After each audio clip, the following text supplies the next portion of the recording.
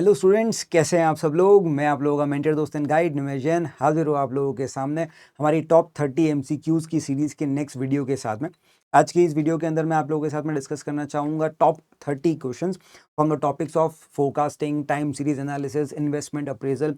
हमारे लिए एग्जाम के अंदर एक अच्छा वेटेज वाला पोर्शन बनता है ये वाला टॉपिक। ठीक है, काफ़ी अच्छा टॉपिक है, इंटरेस्टिंग टॉपिक है। अगर आप लोगों को इससे रिलेटेड टॉपिक्स में दिक्कत हो, पर्टिकुलरली फोरकास्टिंग के अंदर, टाइम सीरीज एनालिसिस के अंदर, इंडेक्स नंबर्स को लेकर के, कंपाउंडिंग डिस्काउंटिंग को लेकर के, इन्वेस्टमेंट अप्रेजल को लेकर के, तो मैं ऑलरेडी रिवीजन कैप्सूल्स उनके ऑलरेडी बना चुका हूं। आपको इस वीडियो के बाद में आप उनको भी देख सकते हैं। अगर आपको ज़्यादा डाउट्स है तो आप पहले वो वीडियो देख के फिर इस वीडियो पर आ सकते हैं और फिर क्वेश्चंस को प्रैक्टिस करते हैं। उन जो पर्टिकुलरली रिवीजन वीडियोस हैं उनमें भी मैंने काफ़ी सारे क्वेश्चंस डिस्कस करे, बट यहाँ पे मैं थोड़े से और क्वेश्चंस आपके साथ में डिस्कस करना चाहूँगा। स्पेसिफिकली थोड़े से कंसेप्चुअल क्वेश्चंस जब एग्जाम में आते हैं, छोटे छोटे कंसेप्ट जब वो टेस्ट करता है ना, तो उनको लेकर के थोड़ी बहुत मैं आपके साथ में यहाँ पे बातचीत करूँगा। ठीक है साहब, तो स्टार्ट करते हैं सर आज की ये वीडियो। तो सबसे पहले फोरकास्टिंग और टाइम सीरीज एनालिसिस के कुछ क्वेश्चंस डिस्कस करते हैं। सबसे पहला क्वेश्चन आपके सामने आ रहा है। ठीक है, बेसिक जो कंसेप्ट्स हैं उनको अपन रिवाइज करने की कोशिश कर रहे हैं इन सारे टॉपिक्स की। तो देखो पहला क्वेश्चन क्या कह रहा है, which of the following component of a time series model would be used to account for long term steady increase in sales over several years. Time series model की जब हम बातचीत करते हैं तो हम कहते हैं देखो टाइम सीरीज मॉडल के थ्रू जब आप फोरकास्टिंग करते हो तो वहां पे हम लोग कहते हैं कि हमारे पास में टेक्निकली 4 फैक्टर्स होते हैं। एक होता है ट्रेंड, एक होता है सीजनल वेरिएशन, एक होता है साइक्लिकल वेरिएशन, एक होता है रैंडम वेरिएशन। अब क्योंकि साइक्लिकल और रैंडम वेरिएशन को हम लोग अकाउंट फॉर नहीं कर सकते, इसलिए अपन, अच्छा किसी को अगर ये दिक्कत हो टॉपिक में तो मैंने, आप लोग एक बार वीडियो देखिए, वहां पे मैंने इन टॉपिक्स को और डिटेल में डिस्कस करा है कि क्या होते हैं साइक्लिकल वेरिएशन, क्या होते हैं रैंडम वेरिएशन, क्यों उनको अकाउंट फॉर नहीं किया जाता। बट क्योंकि हम इनको अकाउंट फॉर नहीं कर सकते इसलिए हम इस इक्वेशन को शॉर्ट करके y equals to T plus S बोल देते हैं। ठीक है ना। अब इसमें यहां पे मुझसे वो क्या पूछ रहा है, time series model use to account for long term steady increase in sale over the several year. Time series model में कौन सा ऐसा पर्टिकुलर फैक्टर है जो लॉन्ग टर्म स्टडी इंक्रीज को रिकॉर्ड करता है। अब स्टडी मतलब लीनियर, इंक्रीज मतलब सम सॉर्ट ऑफ ट्रेंड कि भाई बढ़ती जा रही है सेल। स्टडी इंक्रीज मतलब एक ट्रेंड है यहाँ पे। ठीक है साहब, और लॉन्ग टर्म में हम कहते हैं कि ट्रेंड एग्जिस्ट करते हैं साहब। ठीक है, यहाँ पर which of the following component time series would be used to account for long term steady increase in sales over the year, ये हमारा ट्रेंड बताएगा। ठीक है साहब, नेक्स्ट क्वेश्चन की तरफ बढ़ते हैं।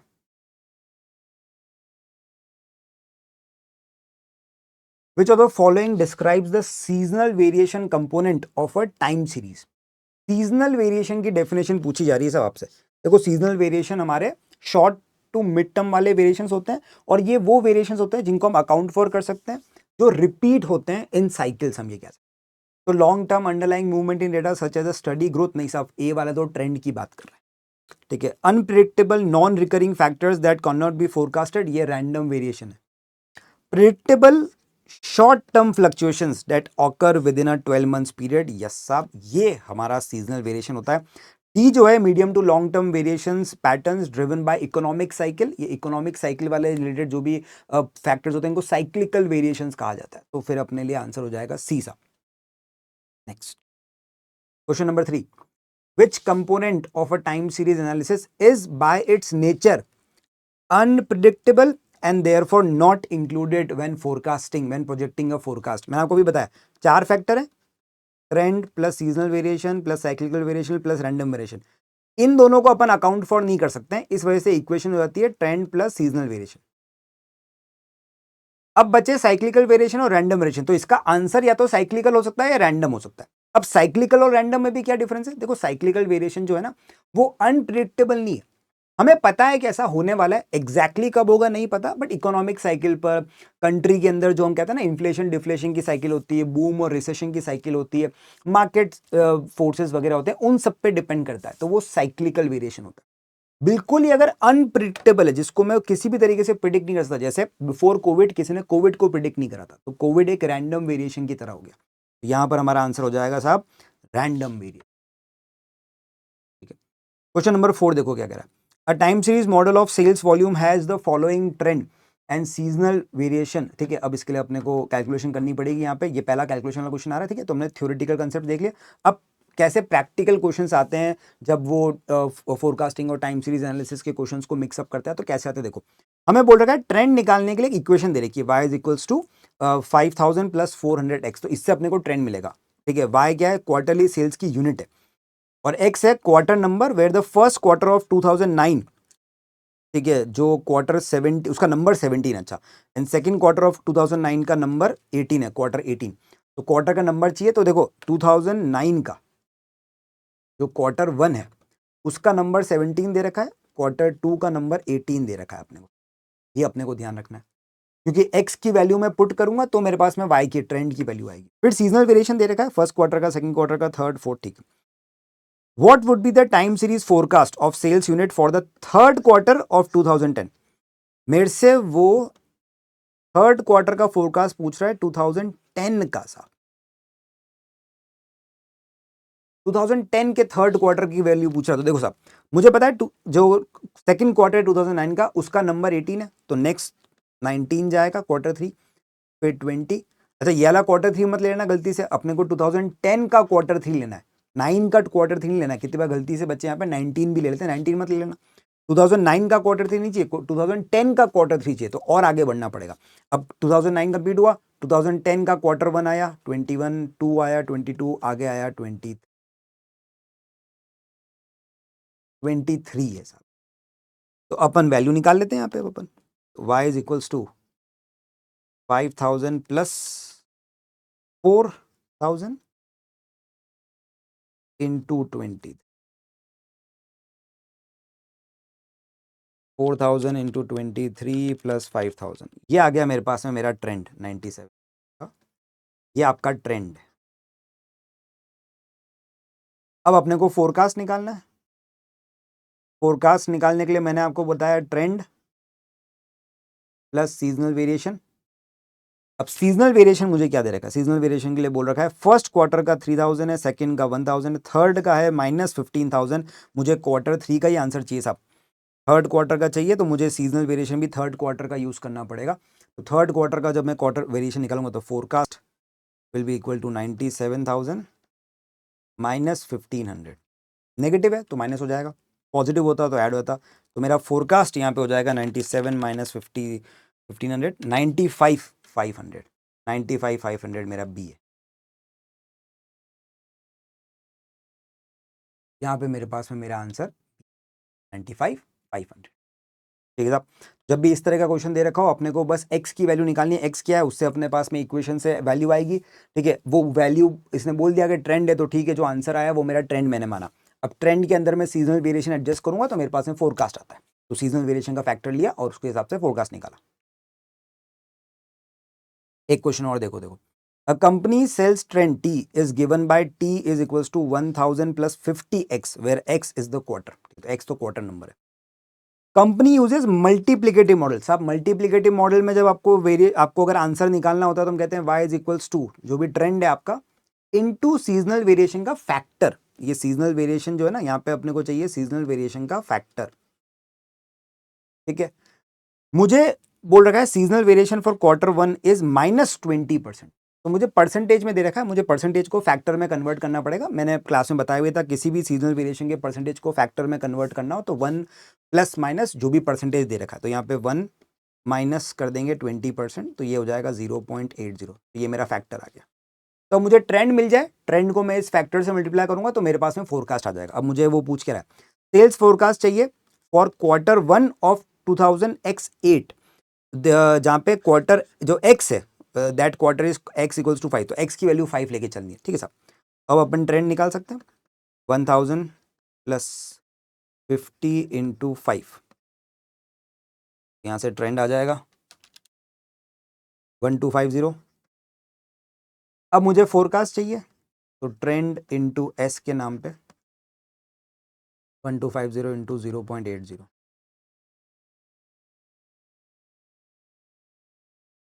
1000, आंसर आ गया डी 1000। मल्टीप्लिकेटिव मॉडल में ध्यान रखना फॉर्मूला होता है y equals to T into S. S क्या है? सीजनल वेरिएशन का फैक्टर। सीजनल वेरिएशन का फैक्टर कैसे निकलता है? अगर आपको परसेंटेज में दे रखा है, अगर फैक्टर दे रखा है तो डायरेक्टली मल्टीप्लाई कर दो, फैक्टर नहीं दे रखा, परसेंटेज में दे रखा है तो अगर पॉजिटिव है तो 1 प्लस जो परसेंटेज है, नेगेटिव है तो 1 माइनस जो आपका परसेंटेज है। तो इसको मैं बेसिकली कहता हूं कि फैक्टर निकालना हो तो फैक्टर निकालने के लिए आप 1 प्लस माइनस जो भी आपको परसेंटेज दे रखा है, ठीक है, प्लस माइनस जो भी परसेंटेज है, नेगेटिव है तो माइनस कर देंगे, पॉजिटिव है तो प्लस कर देंगे। ठीक है साहब, तो यहाँ पे आपने आंसर आ गया। ठीक, क्वेश्चन नंबर 6 देखो क्या कह रहा है। A company is preparing its budget for the next year, the following regression equation has been found to be reliable estimate of the deseasonalized sales in units. ठीक है, और डी सीजनलाइज्ड है मतलब सीजनल वेरिएशन को हटा के, मतलब मुझे इसमें सीजनल वेरिएशन ऐड करना बाकी है। तो वहां से इक्वेशन आएगी, इक्वेशन आ गई y equals to 500 plus 15x। ठीक है साहब, where y is the total sales and x refers to the accounting period. ठीक है, क्वार्टरली सेल्स का वेरिएशन आपको दे रखा है Q1, Q2, Q3। अब देखो परसेंटेज में दे रखा है तो मुझे फैक्टर निकालना पड़ेगा। अब मैं सबके फैक्टर निकाल के फायदा नहीं, मुझे जो आंसर चाहिए उसी का फैक्टर निकाल देंगे। Calculate the seasonally adjusted sales unit for accounting period 18। ठीक है साहब, 18 का आंसर चाहिए तो 18 का आंसर निकालते हैं। तो पहले ट्रेंड निकाल लेते हैं। ट्रेंड के लिए 500 प्लस 15 इंटू एक्स, एक्स का नंबर दे रखा है 18, तो यहां से ट्रेंड आ जाएगा साहब अपना 15 इंटू 18 प्लस 500, 770 का ट्रेंड है। ठीक है, मल्टीप्लिकेटिव मॉडल में वाई फोरकास्ट निकालने के लिए ट्रेंड इनटू सीजनल वेरिएशन का फैक्टर चाहिए मेरे को। मुझे Q1 का आंसर चाहिए तो मुझे Q1 का सीजनल वेरिएशन का फैक्टर चाहिए साहब। सीजनल वेरिएशन का फैक्टर निकालने के लिए 1 प्लस जो भी परसेंटेज दे रखा है, ये 1.1 हो जाए। इसका मतलब फोरकास्ट 770 इंटू 1.1,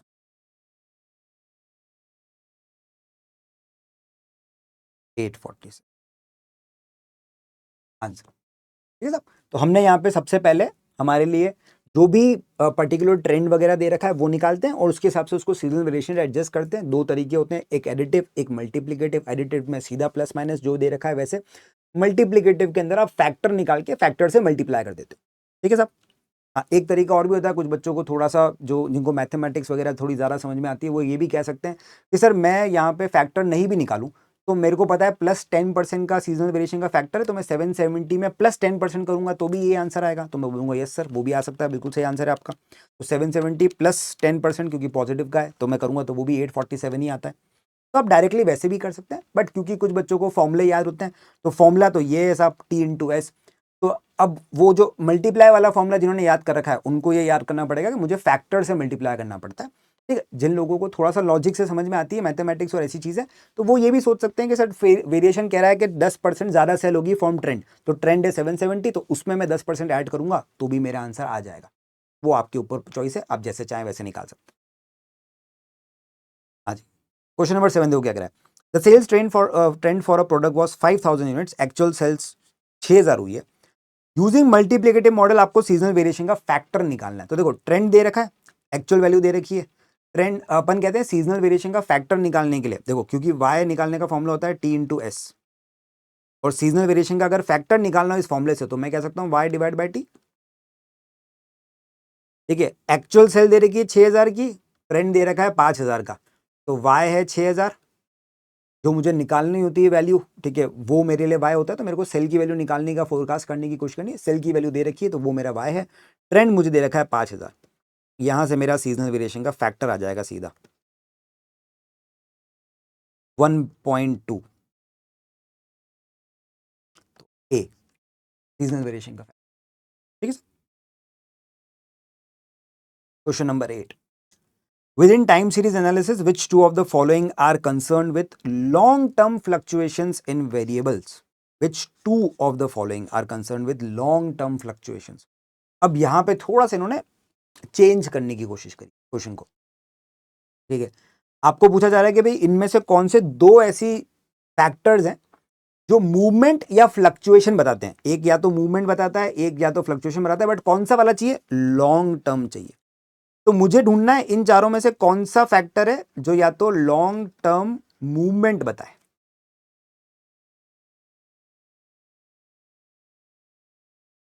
या फिर लॉन्ग टर्म फ्लक्चुएशन बताए।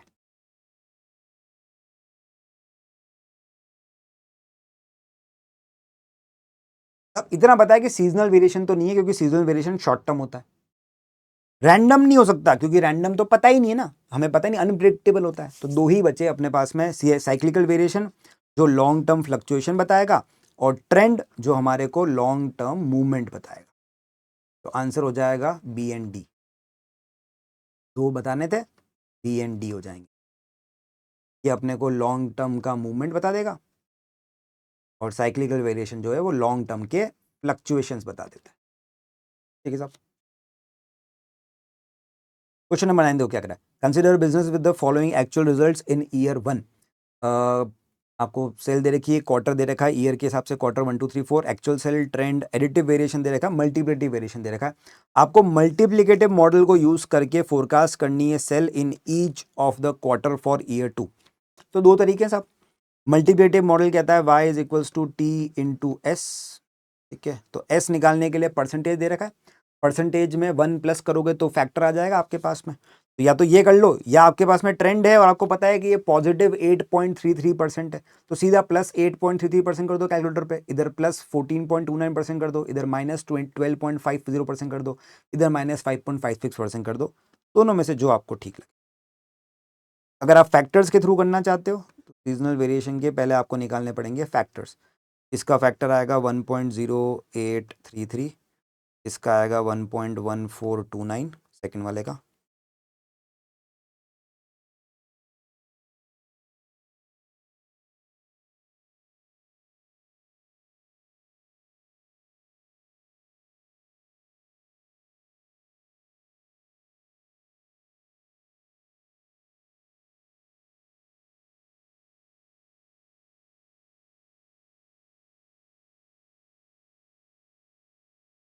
से और 110 सीजनल वेरिएशन के फैक्टर के लिए 1 प्लस माइनस जो भी परसेंटेज दे रखा है, तो यहाँ पे दे रखा था 8.33, हो जाएगा 1.083, इधर दे रखा है 1 प्लस 14.29%, 1.142, इधर माइनस 20, तो 1 माइनस 12.50,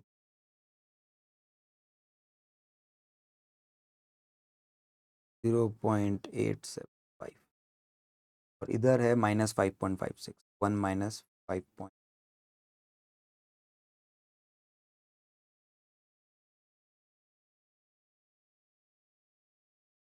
अब मल्टीप्लाई कर दो,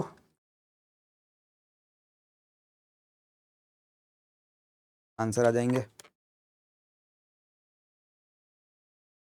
122.77 है, 123 कर सकते हैं इसको अपन, 120 इंटू 0.875, ये तो 105 हो जाएगा, 110 इंटू 1.1429, ये 125.719 आ रहा है, इसको मैं 126 कर सकता हूँ, 100 इंटू 1.0833 आ रहा है, 108.33 है, ये 108 हो जाएगा। ये आपके पास में आंसर है। एक तो सीजनल वेरिएशन के थ्रू कर, फैक्टर के थ्रू कर सकते हो, एक सीधा दिमाग लगा सकते थे कि ट्रेंड के अंदर ये वाला वेरिएशन जो है ये प्लस और ये वाले माइनस है, तो माइनस कर दो सीधे ही। आप डायरेक्टली 100 प्लस 8.33% करोगे तो भी वही आएगा 108.33, 110 प्लस 14.29% करोगे तो भी ये आएगा 125.719, इसको अपन इक्विवेलेंट टू लिख सकते हैं 126, इसको लग सकते हैं इक्विवेलेंट टू 108, इधर 120 माइनस 12.50%, ये तो 105 आ जाएगा, और ये लास्ट वाला जो है 130 माइनस 5.56%, तो ये हो जाएगा 122.772, 120। इस तरीके से आप आंसर निकाल सकते हो। तो दोनों ऑप्शन है आपके पास में, आप प्लस माइनस मतलब यहाँ पे सिंपल लॉजिक से भी कर सकते हो ये प्लस माइनस वाला, या अपने सीजनल वेरिएशन के फैक्टर निकाल के मल्टीप्लाई करके भी कर सकते हो, आंसर तो सेम आना है। ठीक है साहब, ये हो गया अपना आंसर 108, 126, 105, 123 डन है साहब। क्वेश्चन नंबर 10 देखो क्या कह रहा है। What is the primary limitation of the high-low method for cost estimation? High low method की प्राइमरी लिमिटेशन क्या है, ये पूछी जा रही है, थ्योरेटिकल टॉपिक है, ध्यान रखना। ये हाई-लो मेथड क्या करता है, डेटा के हाईएस्ट और लोएस्ट वैल्यू को ही लेके चलता है, बाकी सबको तो भूल जाता है। यहाँ पे हम कहते हैं it is too mathematically complex, नहीं वो तो ईजी मेथड है। It can only be used if costs are purely fixed, नहीं अपन तो सेमी वेरिएबल कॉस्ट के लिए यूज करते हैं, तो ये भी नहीं है। It ignores all data point except the highest and the lowest, yes, C is the right option. ठीक है, it can not be used if inflation is present, नहीं साहब, इन्फ्लेशन के अंदर भी अपन हाई लो मेथड लगा सकते हैं, ऐसी कोई दिक्कत नहीं। ठीक है, ये इन्फ्लेशन के अंदर हाई लो वाला क्वेश्चन भी आ गया, ठीक है, तो अभी अपन लगा सकते हैं, उसी के ऊपर एक क्वेश्चन भी आ गया, तो डी वाला पॉइंट गलत है वैसे। ठीक है, a company is using high low method on semi variable cost which are subject to inflation, ये बोल रखा है। आपको आउटपुट दे रखा है 10,000 का, कॉस्ट दे रखी है 15,000 का, आउटपुट है, कॉस्ट दे रखी है, दोनों का प्राइस इंडेक्स दे रखा है, बोल रखा है वेरिएबल कॉस्ट पर यूनिट, मतलब बी निकालने को पूछ रहा है वो आपको, एक्सप्रेस्ड इन 20x5 टर्म। तो मतलब ये जो 20x3 की प्राइस है, इसको पहले 20x5 पे लाना पड़ेगा, फिर हाई लो मेथड लगाना पड़ेगा। तो यहां पर पहले तो अपन दोनों कॉस्ट को, जो 20x3 की वैल्यू है और 20x5 की वैल्यू है, उन दोनों को पहले 20x5 के टर्म्स में लाएंगे। यूनिट्स तो चलो ठीक है सेम रहेगी, 10,000 और 15,000, तो लो यूनिट्स और 10,000 हो जाएगी, हाई यूनिट 15,000 हो जाएगी, बट जो ओवरहेड की कॉस्ट है उसको आपको जरूर चेंज करना पड़ेगा।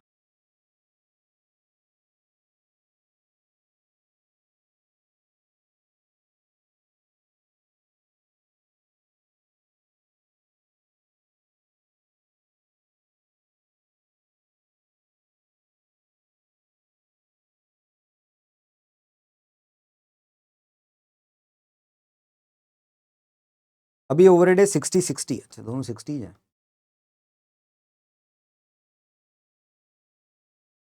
अब मैंने ये चीज़ बता रखी कि क्लास में एक सिंपल सा तरीका होता है, कभी भी आपको डेटा को किसी और ईयर के हिसाब से एक्सप्रेस करना हो, तो जिस ईयर का डेटा है उसको उसी ईयर के इंडेक्स नंबर से डिवाइड करो, और जिस ईयर पे आपको आंसर चाहिए उसके इंडेक्स नंबर से मल्टीप्लाई कर दो। तो मुझे इस 60,000 को प्रेजेंट करना है 20x5 की वैल्यू के ऊपर, तो पहले 60,000 की वैल्यू डिवाइड बाय उस ईयर का इंडेक्स नंबर इनटू जिस ईयर का आंसर चाहिए उसका इंडेक्स नंबर। दूसरा वाला तो सेम ही होगा क्योंकि ये ऑलरेडी अपने 20x5 की टर्म्स में ही है, तो ये मेरी वैल्यूज आ जाएंगी। तो 60 डिवाइड बाय 120 इंटू 150, ये हो जाएगा 75, ये रह जाएगी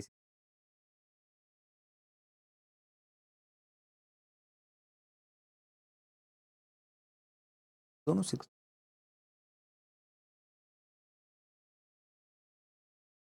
नहीं ये गलत लिखा हुआ, 60 नहीं है साहब, ये 84 है, ये टाइपिंग मिस्टेक है, ये 84 है, 75 और ये 84 है, 84 के हिसाब से निकाला, तो नेगेटिव आ जाएगा, नेगेटिव तो हो ही नहीं सकता ना, कुछ वो टाइपिंग मिस्टेक हो गई, ये 84 है, 84 एंड 75 आ गया। ठीक है, अब निकालते हैं बी हाई लो मेथड से। तो हाई कॉस्ट 84, लो कॉस्ट 75, मतलब हाई यूनिट से रिलेटेड कॉस्ट, लो यूनिट से रिलेटेड कॉस्ट, इधर भी हाई माइनस लो। अब आपके पास में बी आ जाएगा 84 minus 75 divide by 5, 1.8।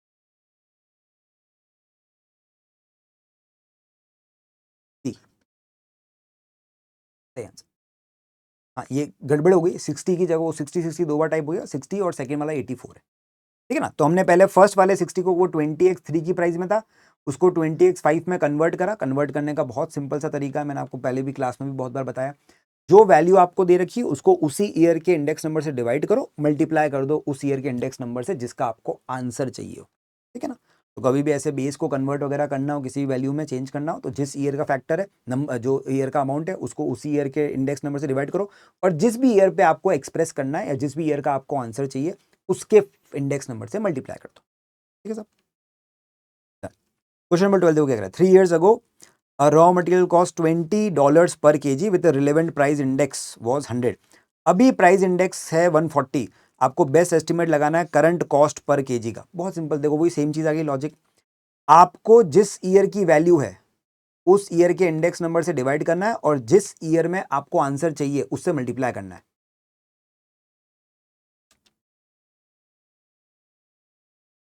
Twenty eight, A 28 is the right answer. बहुत सिंपल सा तरीका है अपना ये फोरकास्टिंग का, इंडेक्स नंबर्स के थ्रू।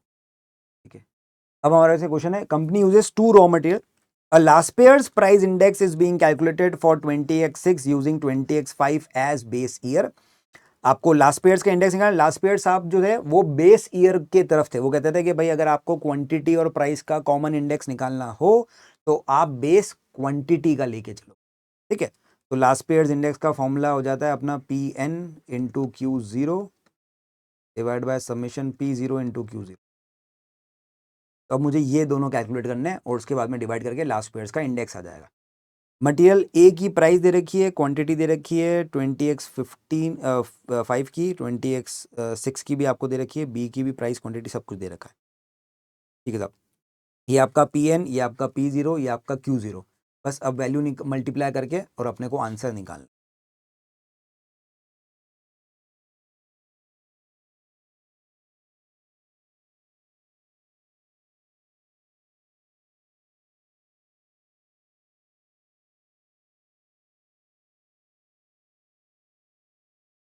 आपको चाहिए एक तो P N into Q zero, एक आपको चाहिए पी जीरो क्यू जीरो। इधर है 5 10, क्वांटिटी है 1000 और 400, पी एन है 6 और 12। एक बार P N into Q zero 6000,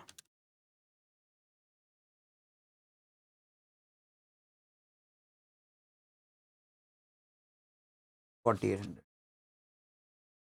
इधर 5000 और 4000। अब अपने को चाहिए इनका समीशन।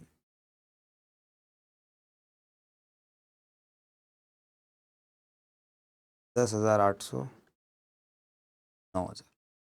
लास्ट पेयर्स का इंडेक्स निकालना है अपने को।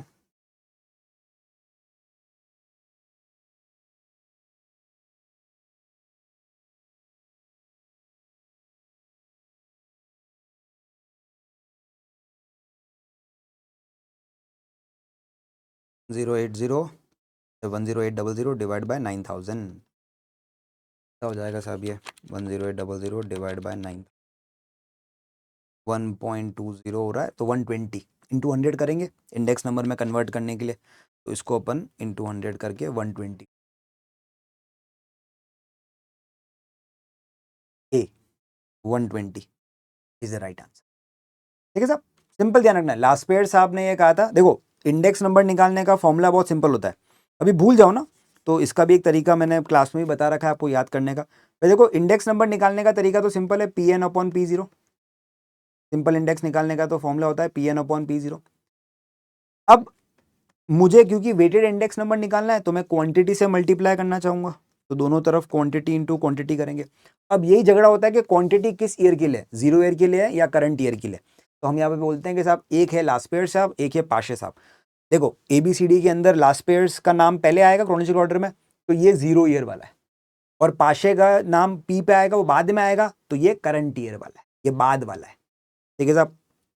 तो ये लास्ट पेयर्स की बात कर रहे थे तो 0 0 आ गया, काम हो गया, ठीक है जी, डन है। ये हमारे इंडेक्स नंबर्स को लेकर के, फोरकास्टिंग को लेकर जो जो क्वेश्चंस अपने को देखने थे वो है। अब बात चालू करते हैं इन्वेस्टमेंट अप्रेजल की। इसके अंदर रिलेवेंट कैश फ्लो को लेकर तो बहुत सारे क्वेश्चन आते हैं, तो उसको भी देखते हैं और साथ साथ में बाकी के दूसरे क्वेश्चंस भी देखते हैं। हाँ जी, सबसे पहला क्वेश्चन आ रहा है, देखो अपने सामने क्वेश्चन नंबर 14।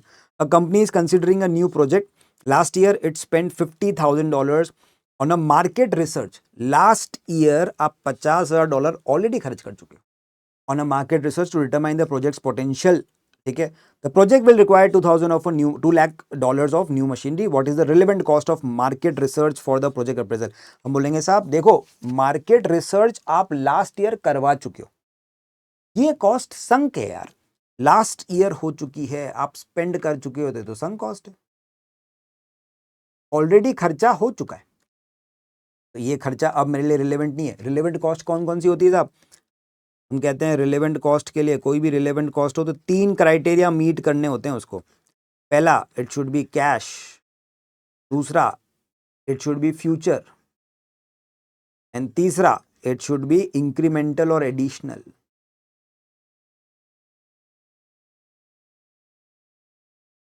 ये तीनों क्राइटेरिया अगर फुलफिल करोगे तब जाके रिलेवेंट कॉस्ट या रिलेवेंट कैश फ्लो कहलाएगा। अब ये कैश में है, डन है। इंक्रीमेंटल में भी, बट फ्यूचर नहीं है, नहीं हो सकता। Next, which of the following is not a relevant cash flow for investment appraisal decision. है आपको बताना इनमें से कौन सा cash flow relevant cash flow नहीं माना जाएगा इन सब में से, जो भी अपने को दे रखे ऑप्शन में। तो purchase cost of new machine required for project, the annual straight line depreciation charge on the new machine, scrap value of the new machine at the end of the period, and incremental cash flow, incremental fix cost. देखो ये तो incremental fix cost है, तो ये तो relevant है। Purchase cost of new machine है, ये भी रिलेवेंट है। Scrap value of new machine at the end of the life, future है, इंक्रीमेंटल है, कैश है, ऑब्वियसली बात है काम का है। सिर्फ एक चीज है जो नॉन कैश है, डेप्रीसिएशन नॉन कैश है, इस वजह से नॉन रिलेवेंट है। रिलेवेंट होने के लिए तीन चीजें होना जरूरी है, कैश, फ्यूचर, इंक्रीमेंटल। ठीक है, ये नॉन कैश है तो इसलिए फिर रिलेवेंट नहीं हो सकता। Next 16, a project requires 800 kg of material X. The material is in regular use by the company. The company currently has 1000 kg in inventory, which cost $20 per kg. ये आपको बोल रखा है, ठीक है। The current replacement cost is $22 per kg. What is the total relevant cost of material X for the project? ठीक है साहब, ये थोड़ा अच्छा क्वेश्चन है, इसमें दिमाग लगाना पड़ेगा। करंटली कितना है, देखो आपको रिक्वायरमेंट है 800 kg की। कंपनी का ये मटेरियल रेगुलर यूज में है, मतलब अगर आपने इस प्रोजेक्ट में यूज नहीं करा तो कहीं और आप यूज कर लोगे। कंपनी के पास में करंटली 1000 kg तो पड़ा है इन्वेंट्री के अंदर। तो देखो आप समझो कि आप एक फैक्ट्री चला रहे हो, उसमें एक रॉ मटेरियल एक्स जो आपके कोई रेगुलर प्रोडक्ट बनाने के काम आता है, उस रॉ मटेरियल एक्स की आपके पास में एट प्रेजेंट 1000 क्वांटिटी पड़ी है, जो आपके ऑलरेडी एक प्रोसेस में लग सकता है। अब आप सोच रहे हो एक दूसरा प्रोसेस है, जो एक नया प्रोसेस है, उसमें 800 केजी की रिक्वायरमेंट होगी, तो आपके पास दो चॉइस है, या तो मार्केट से 800 केजी का नया माल लेके आ जाओ, या ये जो 1000 केजी पड़ा है इसमें से 800 को उठा करके नए प्रोजेक्ट को दे दो, और इस रेगुलर प्रोडक्शन के लिए मार्केट से बाद में खरीद के लाएंगे। मतलब टेक्निकली 800 केजी का रॉ मटेरियल तुम्हें मार्केट से खरीद के लाना पड़ेगा। जो इन्वेंट्री में माल पड़ा है वो हमने 20 केजी में खरीदा हुआ था, पुराना होगा, पहले का पड़ा होगा, बट अगर अभी खरीद के लाना हुआ तो 22 केजी का एक्स्ट्रा खर्चा करना पड़ेगा। टेक्निकली अगर तुम इस नए प्रोजेक्ट के लिए पुराना माल भी यूज कर लो तो भी तुम्हें उस अपने नॉर्मल रेगुलर बिजनेस के लिए तो 800 केजी का रॉ मटेरियल अलग से खरीद के लाना ही पड़ेगा, और नया लाते हो तो भी पूरा 800 केजी आपको नया लाना पड़ेगा, और नया खरीद के लाने की प्राइस क्या है 22। इसका मतलब रिलेवेंट कॉस्ट कितनी है 22। तो 800 केजी के लिए रिलेवेंट कॉस्ट मेरी 22 है, क्योंकि अगर मैं ये 800 केजी रॉ मटेरियल यूज करने के बारे में सोचता हूं इस नए प्रोजेक्ट के लिए, तो मुझे ये 800 केजी रॉ मटेरियल मार्केट से एक तो खरीदना पड़ेगा 17,600। ये 800 केजी का रॉ मटेरियल या तो मैं मार्केट से खरीद के लेके आ सकता हूं, खरीद के ला सकता हूं मार्केट से, नहीं तो जो पड़ा है उसमें से ले सकता हूं, बट पड़े हुए में से लूंगा तो फिर मुझे कंपनी के लिए खरीद के लाना पड़ेगा। टेक्निकली खरीद के तो लाना ही है, चाहे आप इस प्रोजेक्ट के लिए लाओ चाहे आपके पुराने बिजनेस के लिए लाओ, खरीद के तो लाना ही पड़ेगा। खरीद के लाना पड़ेगा तो फिर हमारे लिए हमें 22 के हिसाब से कॉस्ट, क्योंकि रिप्लेसमेंट कॉस्ट 22 की है, मतलब नया माल 22 पे मिलेगा, पुराना 20 की कॉस्टिंग पे था। पुराने कॉस्टिंग से अभी मतलब नहीं, अपन तो नए वाले की बात करें, फ्यूचर की बात करेंगे। ठीक है साहब, तो टोटल रिलेवेंट कॉस्ट यहाँ पे 17,600 हो जाएगी बी। एक और इसी पे क्वेश्चन है, ये और अच्छा क्वेश्चन है, इसको भी इंपॉर्टेंट देखना साहब। A project requires 500 kg of material Z. This material is not in regular use. अब थोड़ा सा अलग है साहब। पहले वाले क्वेश्चन में क्या लिखा था कि material is in regular use, मतलब वो मटेरियल अगर आप यूज नहीं करोगे तो कोई और कर लेगा। ठीक है, ये वो मटेरियल जो रेगुलर यूज में नहीं है, मतलब आपको स्पेशल खरीद के लाना पड़ेगा। The company has 300 kg in inventory, लेकिन इस 500 में से 300 पड़ा हुआ है, पुराना पड़ा हुआ है, which cost $10 kg 2 years ago। 2 साल पहले कभी खरीदा था, संक कॉस्ट है, 2 साल पहले की कॉस्ट है, सामने बोल रहा है।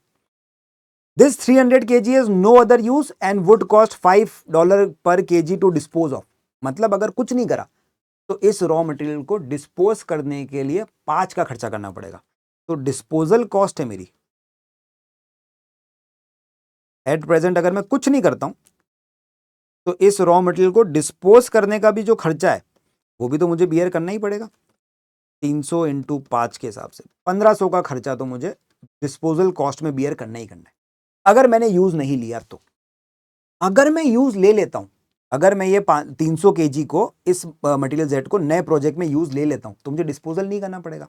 तो अगर मैंने यूज कर लिया तो ये डिस्पोजल कॉस्ट मेरी सेविंग्स बन जाएगी, फ्यूचर की सेविंग बन जाएगी। if material Z is used,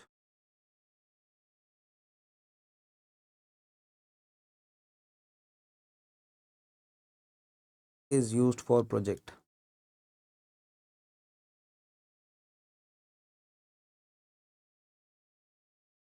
then this disposal cost can be saved. फिर इसको अपन सेव कर सकते हैं, तो ये मेरी सेविंग बन जाएगी अगर यूज करा तो। बट अगर यूज करूंगा तो भी मुझे तो 500 केजी की रिक्वायरमेंट है, 300 चलो ठीक है पुराना मिल जाएगा, 200 तो मार्केट से खरीदना पड़ेगा। The current replacement cost is 800 KG, तो 200 केजी रॉ मटेरियल को तो मुझे मार्केट से खरीद के लाना ही पड़ेगा साहब, उसमें 3600 का खर्चा तो करना ही करना है, ठीक है। बट 1500 की सेविंग भी तो है, तो ये न्यू कॉस्ट है।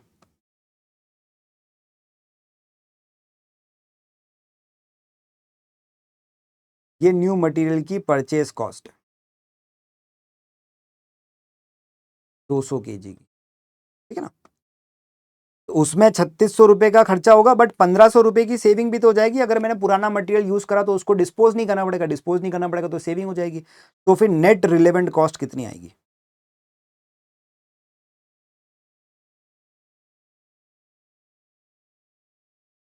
2100, ठीक है। ये 300 केजी तो रॉ मटेरियल 2 साल पहले से खरीद के पड़ा हुआ है, पास्ट की कॉस्ट है, संक कॉस्ट है, कोई मतलब ही नहीं है। और इसको मुझे नया खरीदना भी नहीं है, तो इसको 300 इंटू 18 करने की जरूरत नहीं, क्योंकि नया खरीदने की जरूरत नहीं, मुझे 500 की जरूरत है, 500 में से 300 पड़ा है पुराना, और ये मटेरियल मेरे लिए रेगुलर यूज में नहीं है, तो मुझे कंपनी के लिए, फैक्ट्री के लिए अलग से खरीदने की जरूरत नहीं पड़ेगी। इससे पहले वाले क्वेश्चन में क्या हो रहा था कि 1000 केजी का रॉ मटेरियल पड़ा था, बट उसमें से 800 केजी की जरूरत आपको थी, बट ये 1000 केजी कंपनी के दूसरे काम में आता, तो अगर आपने उस 1000 में से 800 निकाले तो आपको ये 800 वापस लाके रखने पड़ेंगे, कंपनी के तो रेगुलर यूज में है ये मटेरियल, ठीक है ना। यहां पे रेगुलर यूज में नहीं है, मतलब इस 300 केजी का कोई और काम ही नहीं है, ठीक है ना। इस वजह से 300 केजी को मुझे रिप्लेस करने की जरूरत नहीं पड़ेगी, इसलिए मेरी परचेस कॉस्ट सिर्फ बचे हुए 200 यूनिट्स के लिए, 200 केजी के लिए ही मैं एक्स्ट्रा परचेस कॉस्ट लगाऊंगा, बाकी 300 में लगाऊंगा। और अगर मैं परचेज इस मटेरियल को यूज कर लेता हूं तो मुझे डिस्पोजल करने की जरूरत नहीं पड़ेगी, तो वहां मेरे 1500 रुपए बच जाएंगे, तो नेट कॉस्ट मेरी 2100 आ जाएगी। अच्छा क्वेश्चन है, इंपॉर्टेंट क्वेश्चन है, एग्जाम में जाने से पहले देख के जाना मेरे दोस्त, ठीक है ना। अब थोड़े बहुत अपने पे बैक, IRR, NPV उनके क्वेश्चंस देख लेते हैं। The project requires an initial investment of 3000. It is expected to generate an annual net cash inflow of 75. आपको पे बैक पीरियड निकालना है। देखो इवन कैश फ्लो होता है तो सिंपल सा फॉर्मूला होता है, pay back period is equals to जो भी आपका क्या कहते हैं इनिशियल इन्वेस्टमेंट है divide by annual cash flow.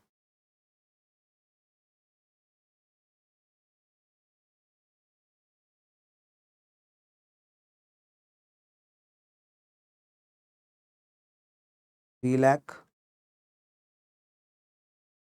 Divide by 75,000,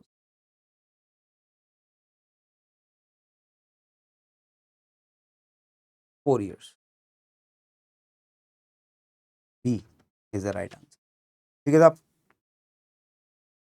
next बोल रखा है, अब मुझे अनइवन कैश फ्लो देगा। अनइवन कैश फ्लो में अपन क्यूमुलेटिव कैश फ्लो निकालते हैं, ईयर 1 2 3 4 कैश फ्लो में। अच्छा जीरो, ईयर 0 में अपना 1 लाख का खर्चा हुआ था, ध्यान रखना। फिर 40,000 रिकवर हो जाएंगे, फिर 50,000 रिकवर हो जाएंगे, फिर 30,000 रिकवर होंगे, फिर 20,000 आप साइड में क्यूमुलेटिव कैश फ्लोज निकाल देना।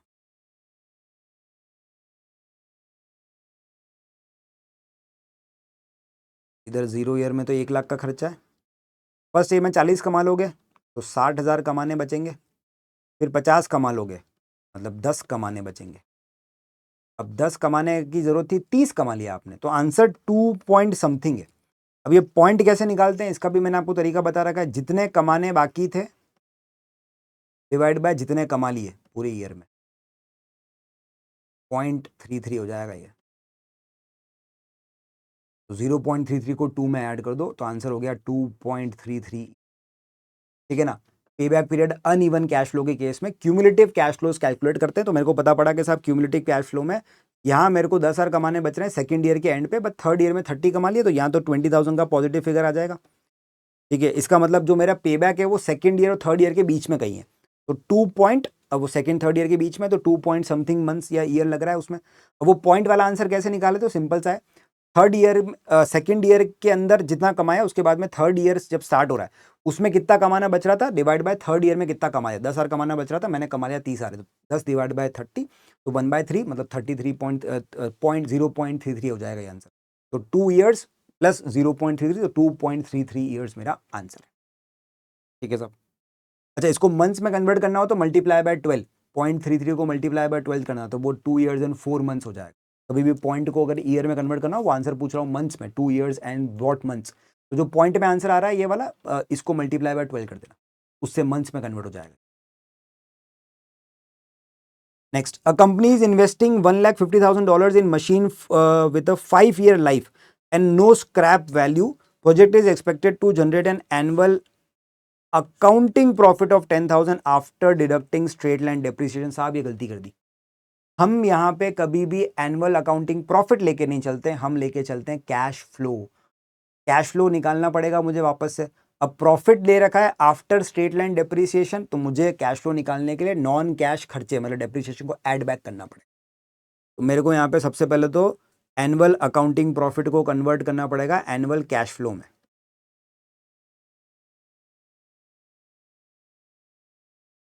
ये जो एनुअल अकाउंटिंग प्रॉफिट दे रखा है, इसको आप कन्वर्ट करोगे एनुअल कैश फ्लो में। तो आप कैसे करेंगे, सिंपल सा तरीका है, अपने को प्रॉफिट दे रखा है 10,000 का, ये आफ्टर डेप्रिसिएशन है, इसके अंदर डेप्रिसिएशन ऐड कर दो, तो आपके पास में एनुअल कैश फ्लो आ जाएगा। क्वेश्चन बोल रहा था भाई प्रोजेक्ट है 1,50,000 की वैल्यू है, 5 साल की लाइफ है, स्ट्रेट लाइन मेथड पे डेप्रिसिएशन लगा रहे हो, तो फिर डेप्रिसिएशन कितने के बराबर होगा, तो 1,50,000 divide by 5,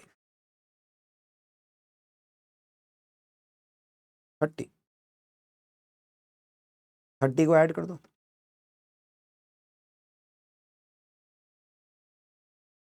annual cash flow हो जाएगा 40,000 का।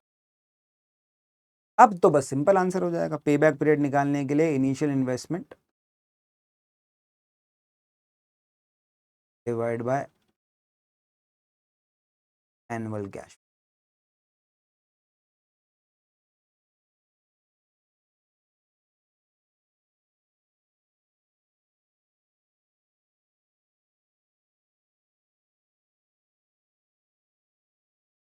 $3.75। ठीक है साहब, ये अपना डी आ गया है ना साहब।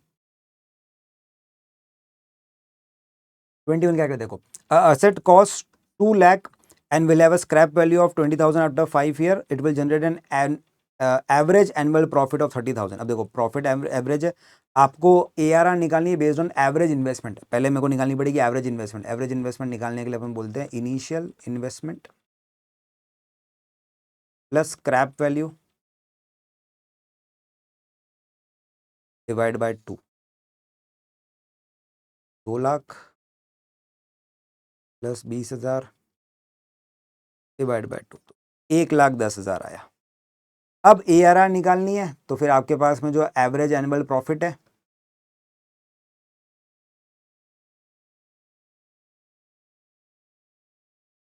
उसको डिवाइड कर दो एवरेज इन्वेस्टमेंट। ARR में ध्यान रखना प्रॉफिट यूज करते हैं, इनटू 100। तो यहां पे वापस डेप्रिसिएशन एड बैक करने के बारे में मत सोचना। 20 का दे रखा है आपको,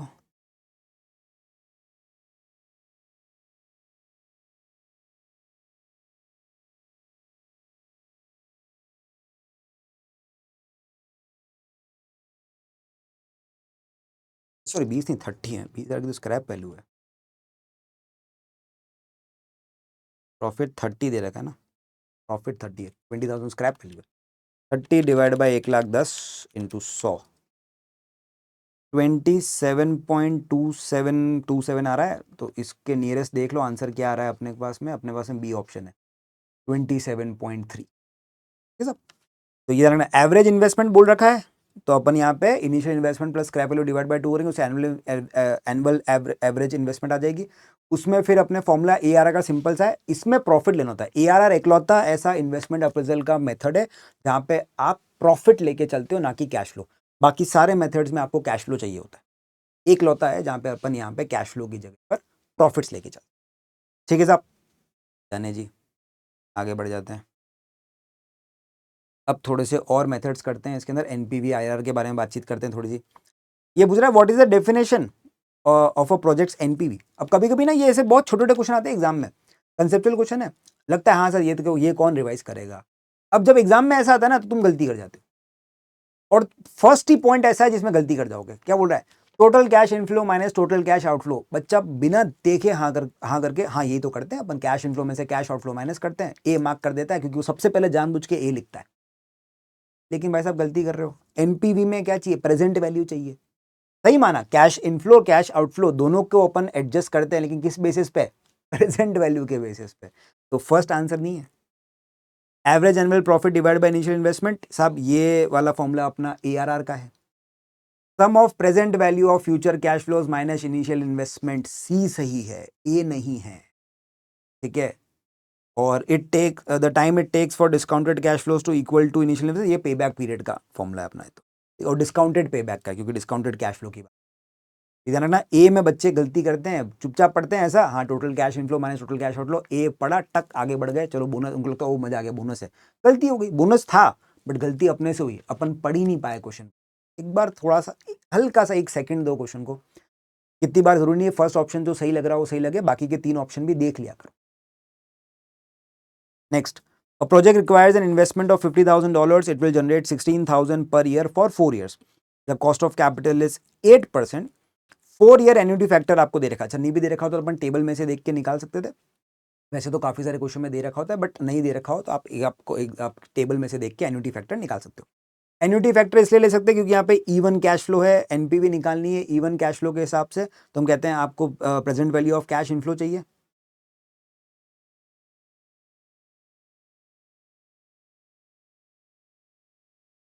अब क्योंकि ये इवन कैश फ्लो है तो cash flow into annuity factor, annuity factor 8% का 4 साल के लिए चाहिए, टेबल में से देखोगे 3.312 होगा, तो 16,000 इंटू 3.312,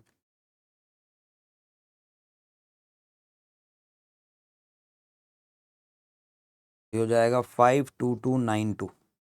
ये आ गया present value of cash inflow. इसमें से इनिशियल इन्वेस्टमेंट लेस कर दो 50,000 की,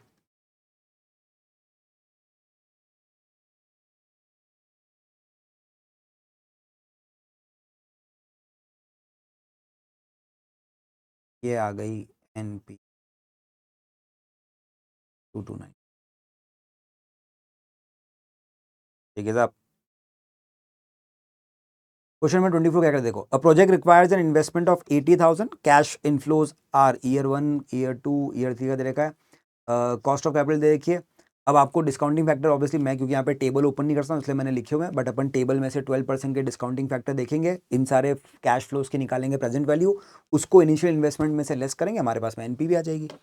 ईयर 1 2 3 अपने पास में कैश फ्लोज हैं भाई 30 40। अच्छा, टेबल से पूरा अगर बनाना चाहते हो तो सीधा ही कर सकते हो, year cash flows discounting factor at the rate 12%, यहाँ आ जाएगी प्रेजेंट वैल्यू।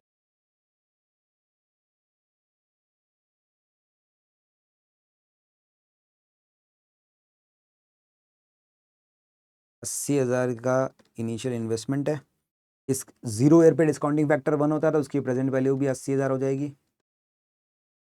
फिर 30,000 40,000 50,000, इनके डिस्काउंटिंग फैक्टर 0.893 0.797 0.712। ठीक है साहब, यहाँ पर अपन इसकी फैक्टर्स की वैल्यू निकाल लेते हैं, तो 30 इंटू 0.893 26790, 40 इंटू 0.797 31880, 50 इंटू 0.712 35। अब कर दो इन सब का सम और एनपीवी निकाल दो, तो 26790 plus 31880 plus 35600, present value of cash inflow हो गया 94270, उसमें से 80,000 माइनस कर देंगे 1427 ए 1427। ठीक है साहब। Question number 25, an investment of 50,000 is made on 1st January 27, it generates an annual return of 6,000 pounds in perpetuity forever। perpetuity का क्वेश्चन है। The first return is received on 31st December 20x7। तो आपने invest करा है year के starting में, year के and में नॉर्मल वाली एन्युटी मिल रही है। द कॉस्ट ऑफ कैपिटल 10% दे रखी है, आपको प्रेजेंट वैल्यू एनपीवी निकालनी है। अब मुझे यहाँ पे चाहिए present value of cash inflow, लेकिन कैश इनफ्लो भी चक्कर क्या परपेचुटी में साहब, तो मुझे technically present value of perpetuity चाहिए। परपेचुटी की प्रेजेंट वैल्यू निकालने का फॉर्मूला क्या होता है, हम कहते हैं साहब जो भी आपकी परपेचुटी का कैश फ्लो है उसको डिवाइड कर दो आर से। कैश फ्लो आपको मिलने वाला है 6,000 का, डिवाइड करेंगे आर के 10% से, तो 60,000 का आ गया मेरे पास में present value of cash inflow. अब तो बस एनपी निकालना है। एनपीवी निकालने के लिए sum of present value of cash inflow 60,000 minus initial investment 50,000 implies NPV is equals to 10,000।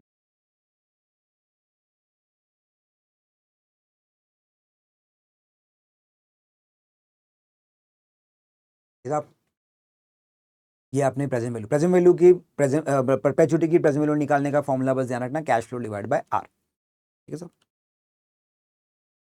एक क्वेश्चन देखो क्या कह रहा है ये, आईआरआर निकालनी है अब अपने को यहाँ पे।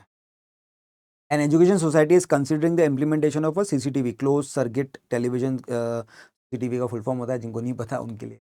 ठीक है, system security system in one of its school. Details of the propose projects are as follows. Life of project दे रखी है, इनिशियल कॉस्ट दे रखी है, एनुअल सेविंग में लेबर कॉस्ट है, अदर कॉस्ट आपकी सेविंग, तो ये सेविंग्स है, तो ये अपना इनफ्लो एक तरीके से। तो मुझे 25,000 का इनफ्लो है, 5 साल के लिए मिलेगा। 75 का मेरा इनिशियल इन्वेस्टमेंट है। मुझे एनपीवी दे रखी है 15% पे। आपको फिगर अच्छा लिखना भूल गए, एनपीवी एट 15% का फिगर लिखना भूल गए। अपने को आईआरआर निकालनी है फॉर दिस प्रोजेक्ट। देखो आईआरआर निकालनी हो कभी भी किसी प्रोजेक्ट की, अपन एक लोअर रेट पे और एक हायर रेट पे आंसर लेके चलते हैं। ठीक है साहब। तो एक बार लोअर रेट के लिए आपको एनपीवी एट 15%, वो एग्जाम में एक तो दे रखा होगा, यहाँ पे इस क्वेश्चन में दे नहीं रखा है, चलो अपन दोनों निकाल देंगे। एक बार 15% पे निकाल लेते हैं, देखते हैं क्या आ रहा है आंसर, उसके हिसाब से नेक्स्ट रेट डिसाइड करेंगे। ठीक है साहब। अब क्योंकि ये एन्यूटी है यहाँ पर, तो मैं फैक्टर यूज कर सकता हूँ। ठीक है, तो फैक्टर एक काम करता हूँ, मैं टेबल ओपन कर लेता हूँ ताकि अपन फैक्टर देख सकें।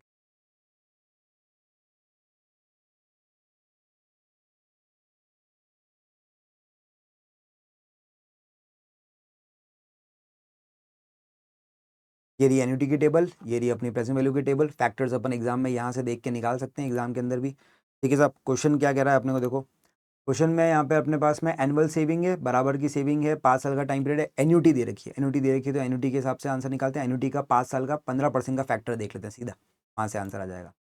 एन्युटी में जाते हैं, 15% का 5 साल का फैक्टर 3.352, 3.352 के हिसाब से आंसर निकाल लेते हैं।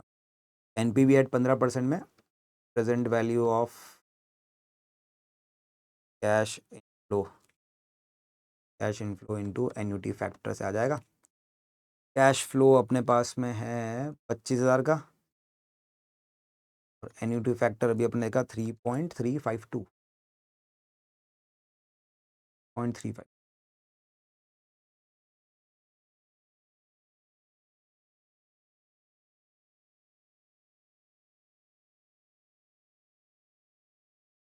एट थ्री एट डबल, यहाँ पर एनपीवी हो जाएगी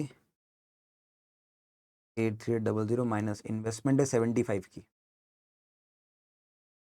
यहाँ तो पॉजिटिव आ रहा है सब आंसर। अपने को आईआरआर निकालने के लिए इंटरपोलेशन के मेथड में एक लोअर रेट चाहिए, एक हायर रेट चाहिए। लोअर रेट से पॉजिटिव आंसर चाहिए, हायर रेट से नेगेटिव आंसर चाहिए होता है, तो मतलब मुझे एक हायर रेट पे जाना पड़ेगा। अब यहाँ पे ऑप्शंस को देख के समझ में आ रहा है कि देखो आंसर हो सकता है 22% भी हो, मुझे नहीं पता क्या होगा अभी एक आंसर। तो बेटर है कि मैं 25% ले लूँ सेकंड रेट को, ताकि इनमें से बीच में अगर 20 लूंगा मान लो, और 20 पे अगर पॉजिटिव आया तो फिर तो दिक्कत हो जाएगी। ठीक है, आप 25 पे लेके दे सकते हो, हाँ आप 20 पे लेकर के भी दे सकते हो। अगर 20 पे आंसर पॉजिटिव आ रहा है तो फिर तो एक ही आंसर बचेगा 22% का अपने पास में, बट मैं यहाँ पे एक बार 25% पे आंसर ले लेता हूँ। फिर वही present value of cash inflow चाहिए मेरे को। तरीका वही, cash flow into annuity factor. Cash flow 25,000 का है अपना। एन्युटी फैक्टर इस बार अपने को 25% से 25% का एग्जाम में होता नहीं है अपने पास में फैक्टर। 25% का फिर आपको ना कैलकुलेटर पे निकालना पड़ेगा। एन्युटी फैक्टर निकालने के लिए जैसे प्रेजेंट वैल्यू फैक्टर निकालते हैं, उसको मैंने बताया था एम प्लस करते जाओ, ठीक है। तो प्रेजेंट वैल्यू फैक्टर निकालने के लिए जैसे मुझे 1+20 मतलब 25% का मुझे प्रेजेंट वैल्यू फैक्टर चाहिए। तो प्रेजेंट वैल्यू का जो फैक्टर निकालना, तो हम कहते हैं 1/1+r⁴n, ठीक है ना। तो 1/1.25 इक्वल टू करूंगा तो फर्स्ट ईयर का फैक्टर आएगा, मुझे 5 साल के चाहिए, तो फर्स्ट ईयर का फैक्टर, सेकंड ईयर का, थर्ड ईयर का, फोर्थ ईयर का, फिफ्थ का, सबको प्लस करना है। तो मैंने 1/1 प्लस 25% करूंगा, तो 1 प्लस 25% होता है 1.25। तो प्रेजेंट वैल्यू का फैक्टर ईयर 1 का निकालने के लिए 1/1.25 करना है टू दी पावर 1। उसमें मुझे सेकंड का ऐड करना है, थर्ड का ऐड करना है। एक काम करो सिंपल, आपने 1/1.25 करा, ये आया फर्स्ट ईयर का फैक्टर, इसको करा m प्लस, वापस करा इक्वल टू, ये आया सेकंड ईयर का फैक्टर m प्लस, वापस करा इक्वल टू थर्ड ईयर का फैक्टर m प्लस, वापस करा इक्वल टू फोर्थ ईयर का फैक्टर m प्लस, वापस करा इक्वल टू फिफ्थ ईयर का फैक्टर m प्लस MRC। ये सब ये आपके पास में उसका फैक्टर आ जाएगा 1.125 m plus equal to m plus equal to m plus equal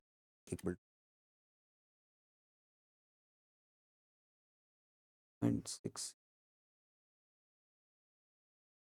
ऐसा कुछ आ रहा है, इंटू 25,000, 67232 हो रहा है। इसके हिसाब से एनपीवी नेगेटिव आ जाएगी।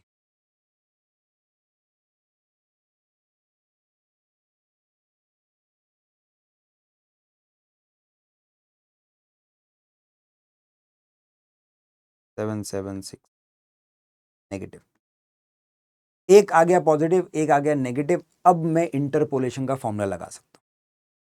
आईआरआर के लिए अपन लगा देंगे इंटरपोलेशन का फॉर्मूला, लोअर रेट जो कि है 15% की, plus NPV by lower rate जो कि थी 8800 upon NPV by lower rate, ठीक है, माइनस करने को बोलते हैं तो minus NPV by higher rate. NPV by higher rate already negative है, -7768, तो ये माइनस माइनस प्लस हो जाता है, into higher rate minus lower rate. Higher rate अपनी 25।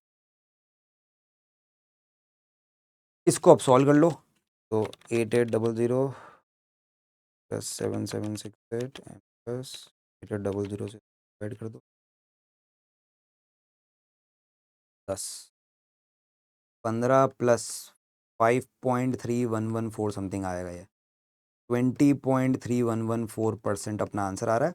20% पे मोटा मोटी, ठीक है साहब। तो इंटरपोलेशन के थ्रू ऐसे कर सकते हैं।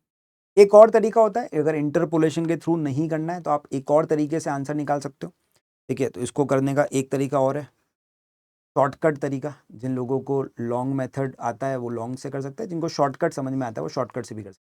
ये शॉर्टकट सिर्फ एन्युटी में काम करता है।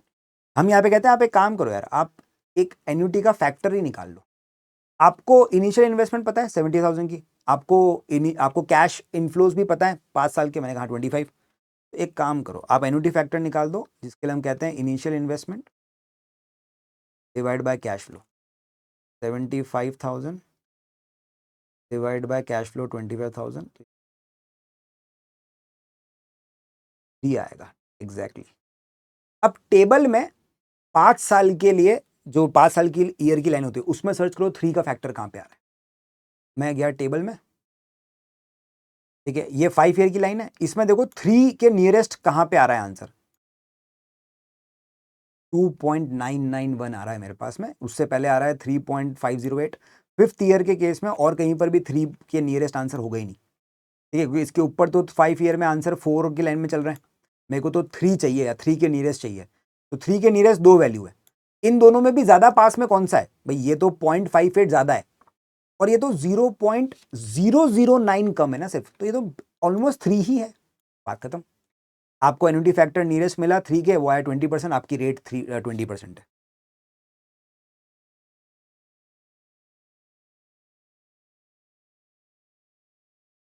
नियरेस्ट एन्युटी फैक्टर मिला 2.991, जो कि 20% का है।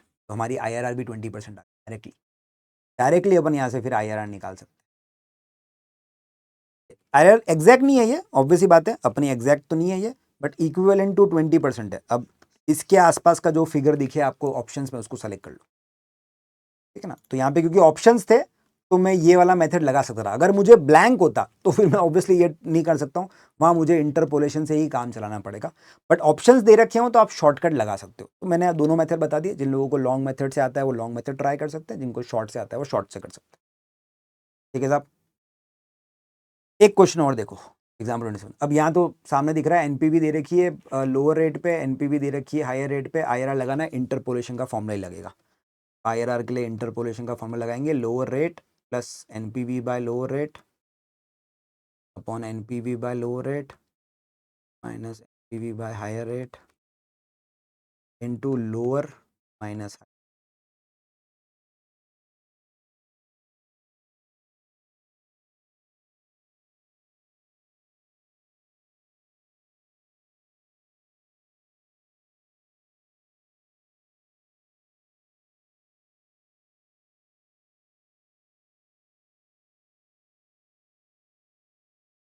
13.3% बी राइट आंसर हो गया, ठीक है साहब।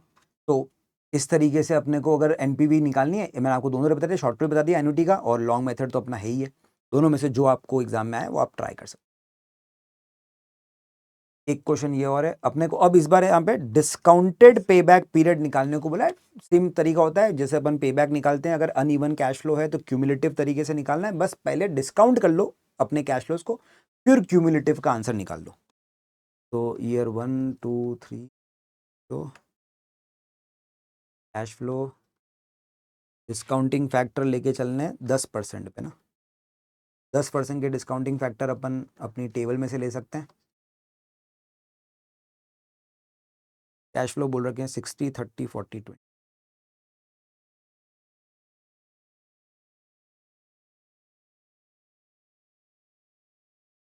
40। अब 10% के फैक्टर आप टेबल में से निकाल सकते हो। 0 ईयर का फैक्टर तो 1 होता है, बाकी ईयर के फैक्टर के लिए भी आप टेबल यूज कर सकते हो। ये अपनी प्रेजेंट वैल्यू की टेबल आए, 10% का फर्स्ट ईयर का फैक्टर, सेकंड ईयर का फैक्टर, थर्ड ईयर का फैक्टर, इसको ले लो यहाँ।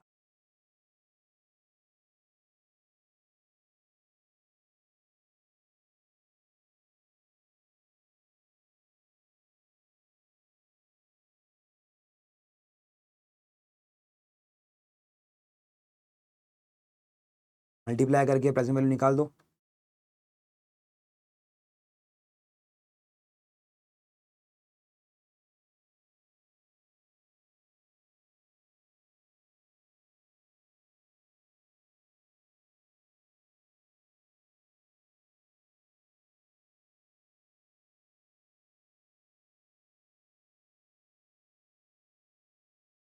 अब क्यूमुलेटिव कैश फ्लो आ जाएंगे।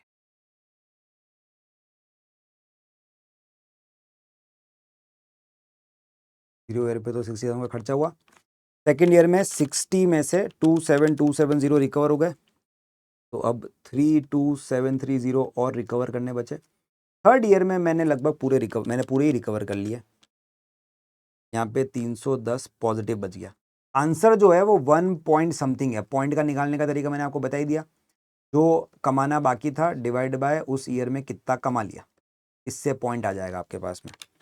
32730 डिवाइड बाय 33040, 0.9906, तो 1.99 है, ठीक है साहब, 1.99 ये रहा बी। जो नियरेस्ट आंसर है वो अपने मार्क कर दिया, ठीक है जी। तो नॉर्मल पे बैक जैसे निकाल रहे थे क्यूमुलेटिव करके, बस यहाँ पे पहले प्रेजेंट वैल्यू निकाली फिर क्यूमुलेटिव निकाली, ठीक है साहब, डिस्काउंटेड पे बैक हो गया। हाँ जी, सेकंड लास्ट क्वेश्चन देखो क्या कह रहा है, penultimate question. An investment offers a nominal rate of 6% compounded semi annually. आपको इफेक्टिव एनुअल रेट निकालनी है साहब।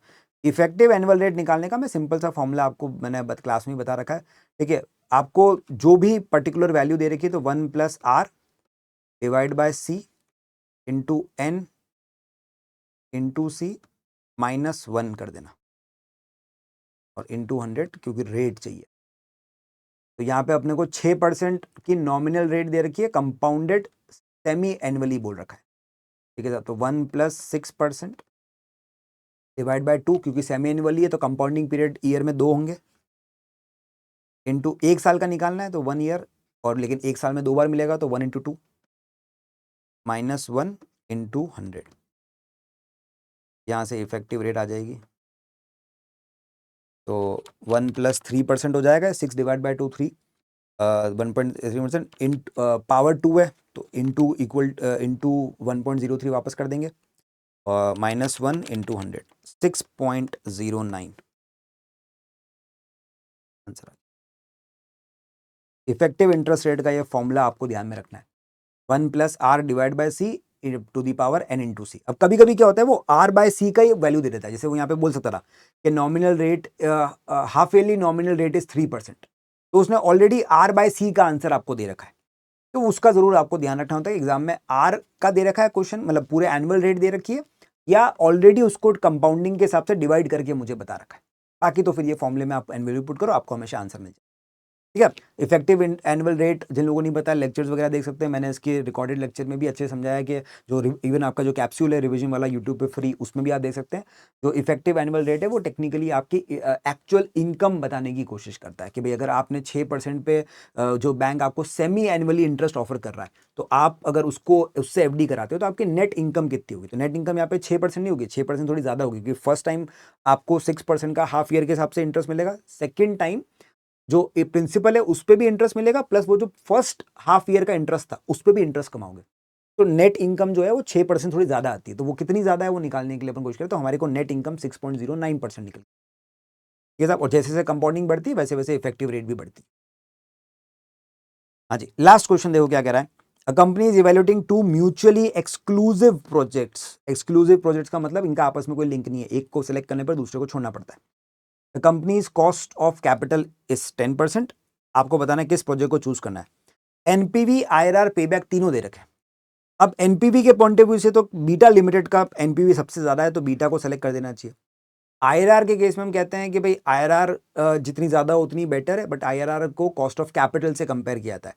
अगर आईआरआर कॉस्ट ऑफ कैपिटल से ज्यादा है तो प्रोजेक्ट को एक्सेप्ट करते हैं, और दो में से जिसकी आईआरआर ज्यादा उसको सेलेक्ट करते हैं। तो आईआरआर के हिसाब से तो अल्फा को सेलेक्ट करना चाहिए।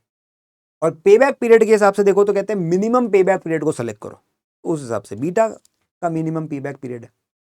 तो अगर ये क्वेश्चन सिर्फ पेबैक पीरियड पे होता तो मैं बोलता बीटा लिमिट को सेलेक्ट कर लो। अगर ये क्वेश्चन सिर्फ आईआरआर पे होता तो मैं कहता 18% के हिसाब से अल्फा को सेलेक्ट कर दो। अगर ये क्वेश्चन सिर्फ एनपीवी का होता तो मैं कह देता बीटा को सेलेक्ट कर दो, जिसकी हायर एनपीवी। तीनों है, बट याद रखना सबसे सुपीरियर मेथड कौन सा है। सुपीरियर मेथड इन सब में सबसे ऊपर एनपीवी है। कभी भी अगर दूसरे मेथड्स के साथ में कोई कॉन्फ्लिक्ट होगा तो कौन सा मेथड जीतेगा, एनपीवी जीतेगा। तो हम बोलेंगे साहब which project should be chosen, हम बोलेंगे यहाँ पे alpha because IRR is higher, नहीं, beta because payback is shorter, beta because NPV is higher, C. NPV IRR payback में हमेशा कौन जीतेगा, एनपीवी। सबसे सुपीरियर मेथड कौन सा है, एनपीवी। ठीक है, ध्यान रखना, NPV is a superior method, इसको अपन सुपीरियर मेथड मान के चलते हैं, तो ये सबसे इंपॉर्टेंट है। बाकी मेथड कुछ भी बोले, अगर कॉन्ट्राडिक्ट करोगे तो एनपीवी की बात मानेंगे। ठीक है सब, चलिए सब ओके बच्चों, तो थैंक यू सो मच आप लोगों का।